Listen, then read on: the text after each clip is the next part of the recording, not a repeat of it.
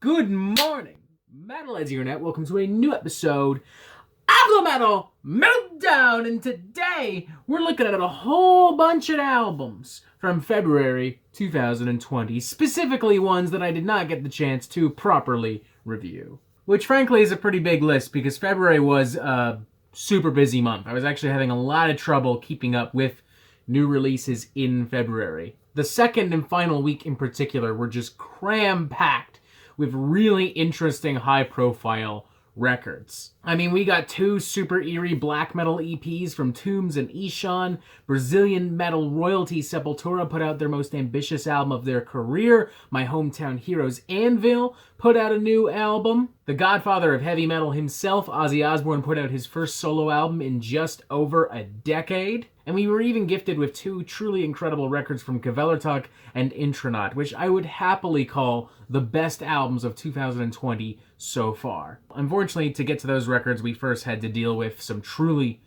cringeworthy garbage from Brian Posehn and Five Finger Death Punch. Yikes. But all in all, it was a pretty exciting month here on the Metal Meltdown, and it's only going to get better in March with some highly anticipated new records from My Dying Bride, Code Orange, Igor, Body Count, and many more. But before we get into that, we got a lot of other records that I feel like we need to talk about at least a little bit. A lot of great underground gems that flew under the radar in February, a lot of records that you people have been sending my way, recommending that I check out, and a few legitimately also high-profile records that just couldn't make the final cut, unfortunately. With that in mind, let's not waste any more time. Let's get right into it. Let's talk about all the albums I feel that I missed in February 2020, and let's start with this brand new two-song EP from grindcore legends, Napalm Death, entitled Logic Ravaged by Brute Force. Extreme metal pioneers, innovators, legends, and still masters to this day, Napalm Death are getting ready for a pretty busy 2020 full-blown studio album on the way. Big tour coming up with Aborted and Tombs. But first, we got this two-song EP giving us a little taste as to what we can expect from that aforementioned new record. And it's pretty much in line with modern Napalm Death. There are some more nasally clean, some more experimental ideas tossed around, but we're still dealing with a pretty gnarly mix of grind and death metal, a lot of chunky riffs, abrasive vocals. Definitely a lot more noise rock and post-rock influence than I would have ever expected. I mean, the track White Cross in particular has this particularly anxious, lumbering, spacey section in its opening, but all things considered, it's nothing too alien for the diehard Napalm Death fan. The worst thing I could really say about this two-song EP is that it is a two-song EP, and now I'm hungry for fucking brand new Napalm Death. So if y'all are listening, jump on that shit! Please and thank you! Next up, School of Hard Knocks, the debut solo album from Biff Byford of Saxon fame. I've never really been a massive fan of Saxon. I got mad respect for the band and everything they've done for the heavy metal genre, but their music is just kind of meat and potatoes, overly simplistic, one-dimensional for my personal liking, and that transitions pretty perfectly to this solo album from the band's lead singer, Biff Byford. There are some very subtle progressive flares that can be found at certain points in the record.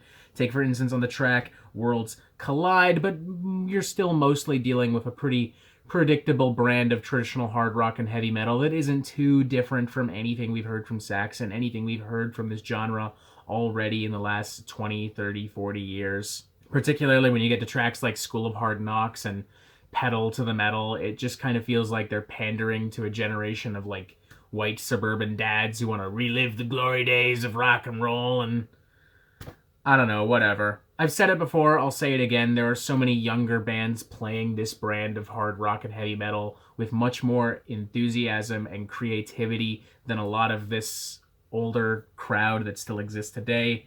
Bands like Haunt, for instance, more traditional hard rock bands, Glorious Sons, Rival Sons, Monster Truck, Greta Van Fleet.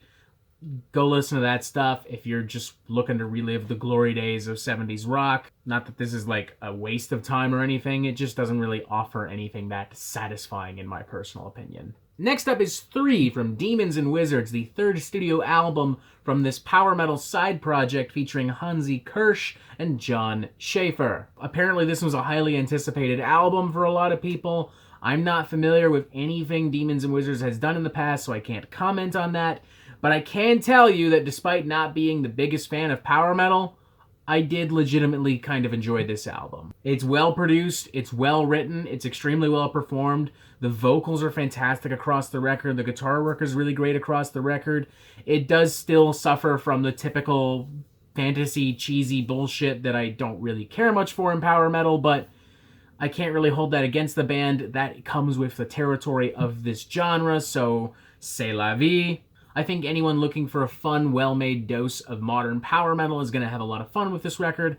Again, I can't comment where this ranks alongside the band's other materials, but I can tell you that, you know, I myself, not being a gigantic fan, still found some stuff to enjoy here. I don't know.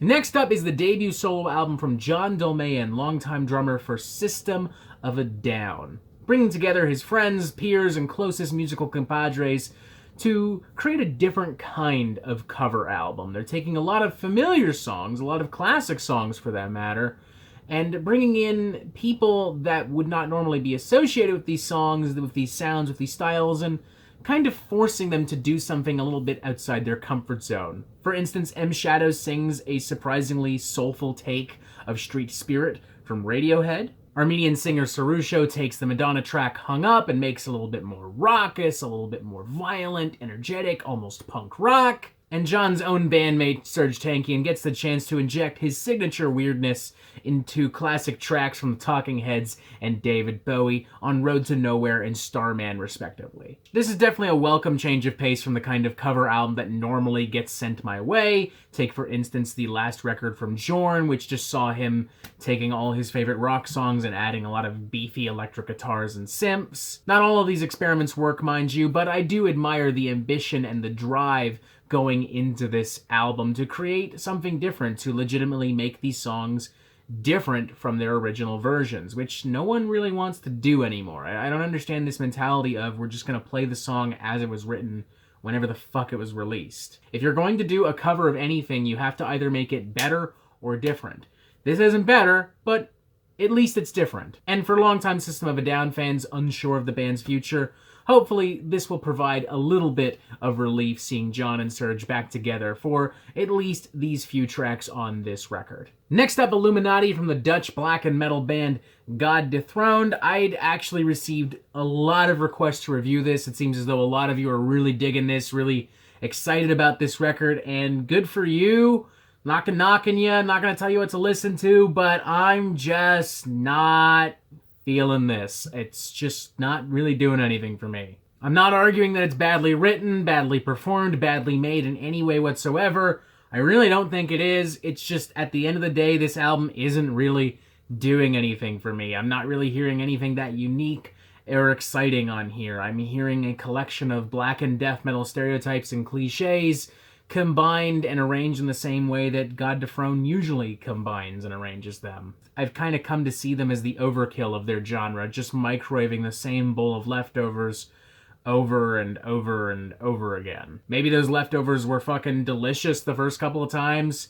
Maybe you still love those leftovers, but I'm not really a big fan of leftovers. I'm always looking for something a little bit more fresh, a little bit more new. So yeah, this just not for me one bit. Happy y'all are loving it, truly am, but no thanks. I will pass on this particular plate of leftovers. Next up, No Absolution from Lost Society, a more modern thrash metal band that's been kicking around in the underground for the last couple of years. I've yet to really talk about them on the Metal Meltdown, but I've thoroughly enjoyed each of their releases. Hardly mind-blowing material, but fun. And when it comes to thrash metal, if you can at least be fun, then you can be forgiven for a lot of other things. And that's pretty much how I feel about No Absolution as well. It definitely feels a little bit more modern in comparison to the other records, but it is still very fun. The vocals are very sharp, the guitars are very abrasive, the drums have a great sound to them, bass is a little buried, but that's expected of any metal record, so I won't knock them for it. If you're unfamiliar with this band, think like a less technical Silosis with some of Trivium's more thrashier material and a little bit of the attitude of Cancer Bats, and you're in the right ballpark. If that sounds exciting to you, check this out. You'll have some fun. Next up, The Ones from Hell by Necrowretch, another record that I had received a lot of reviews for, and I can definitely see why. This is a pretty explosive record. There's a lot going on here. It's very angry, very volatile. It practically leaps out of your speakers the moment it starts, offering kind of a smorgasbord of extreme metal sound and aesthetics, borrowing from the lunacy and unpredictability of grindcore, the raw, savage, icy aesthetic of black metal, the more hellish, fiery indulgences of Slayer and Creator and some other super extreme thrash, throwing it all in a blender, sacrificing it to Satan. You know the drill by now. You know, it's some headbanging, beer-drinking, hell-raising metal. The kind of thing that a true metal Puritan would go absolutely apeshit over. It can definitely be a touch overwhelming in its most abhorrently extreme moments, but it is a super energetic and exciting album, and if you really love modern extreme music and you're down with all the things I've talked about, you will have a blast with this. Next up is Fearmonger from a Canadian technical death metal band by the name of Beneath the Massacre.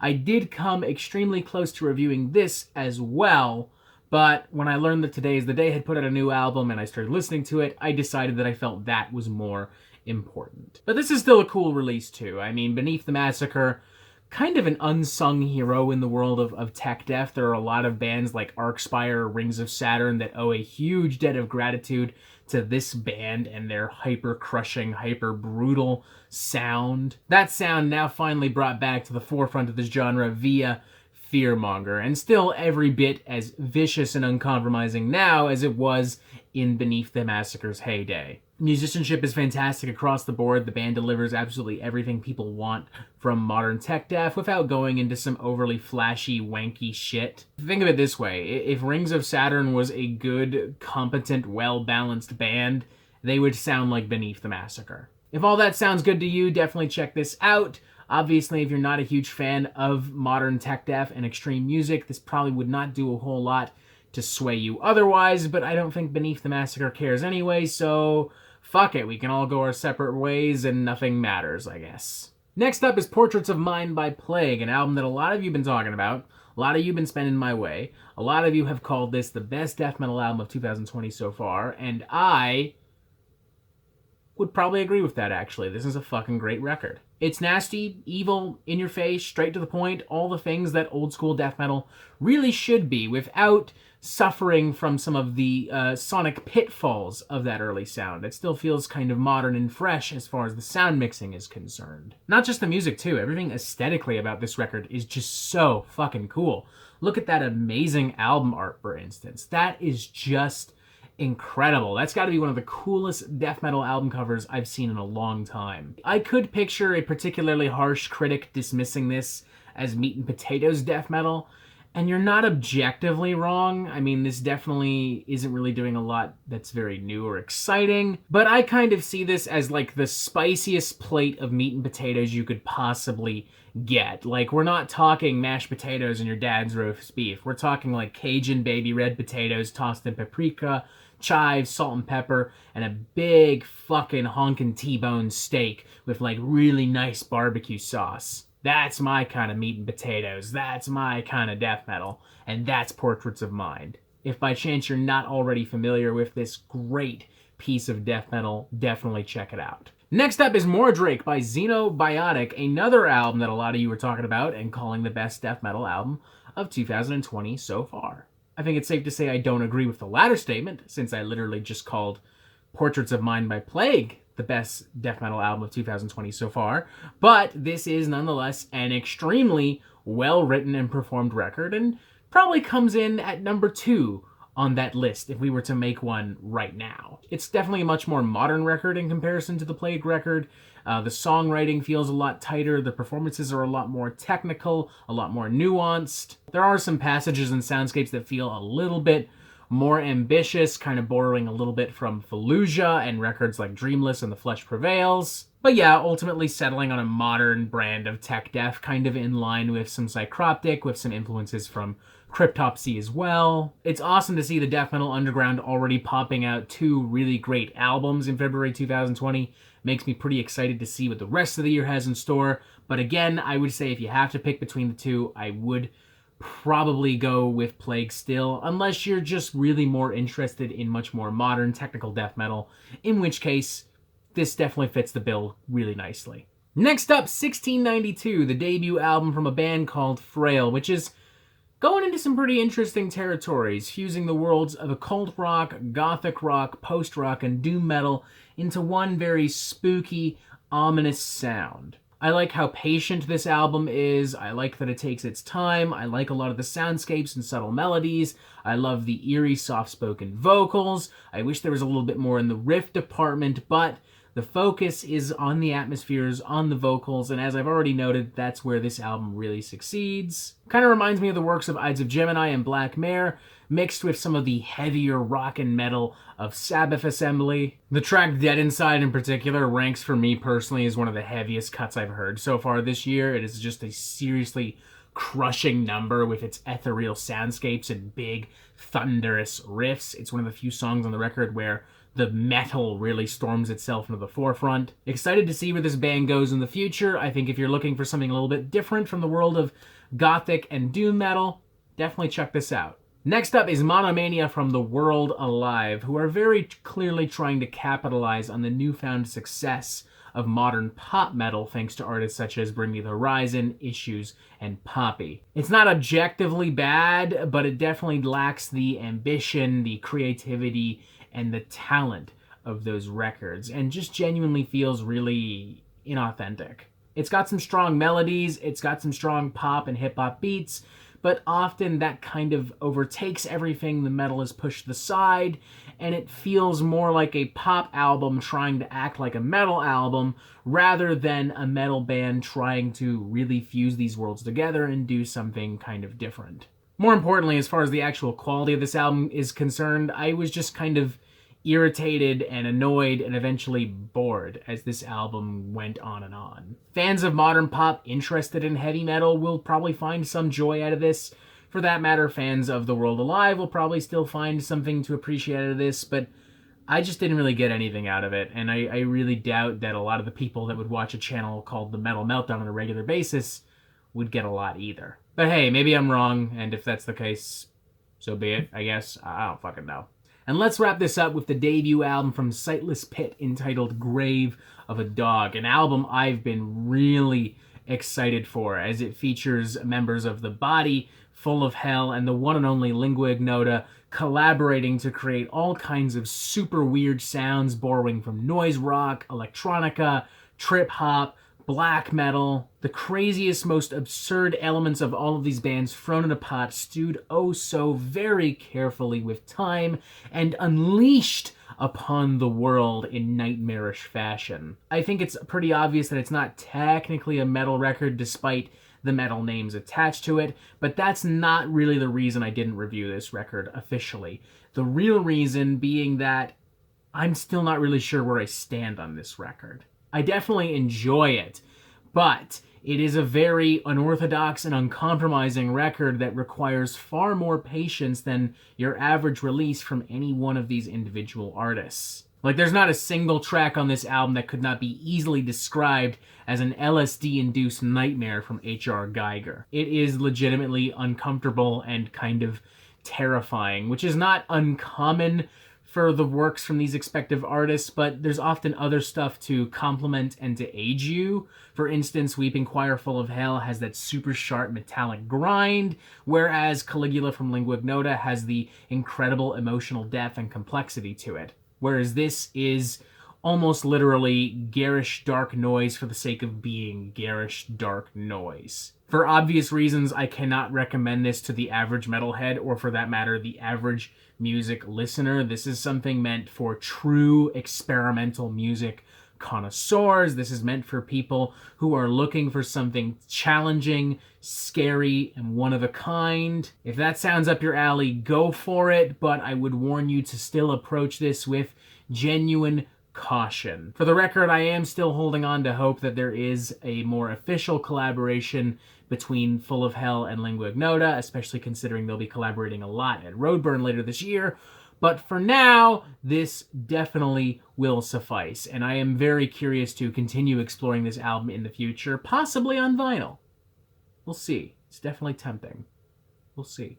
Oh, 2 last-minute additions as well. Widowmaker by Those Snakes and Degrees of Isolation by Banisher. 2 very weird, extremely dark, fucked up records sent my way courtesy of the Metal reactor. I won't offer my full thoughts because I don't really have any full thoughts. I haven't spent a ton of time with these albums, but the time I have spent with them has been definitely very interesting, and I would recommend you check these out as well. The Metal Reactor has yet to send me something that I have not found supremely interesting, so thank you very much, good sir, for those. And that does it, I think. I can't really think of anything else that I feel I missed in February 2020, so I think we'll end it here. If by chance you feel there are still albums that I've missed, obviously feel free to send them my way, leave them in the comments, send them to me at the Metal Meltdown's official Facebook page. Reminder that March is also a very cram-packed month, so yeah, heads up. Probably not going to talk about every single record you guys want to talk about, but we're going to get through it as best as we can. So enjoy all that. Hope you enjoyed this, and as always, you have yourself a fantastic fucking day.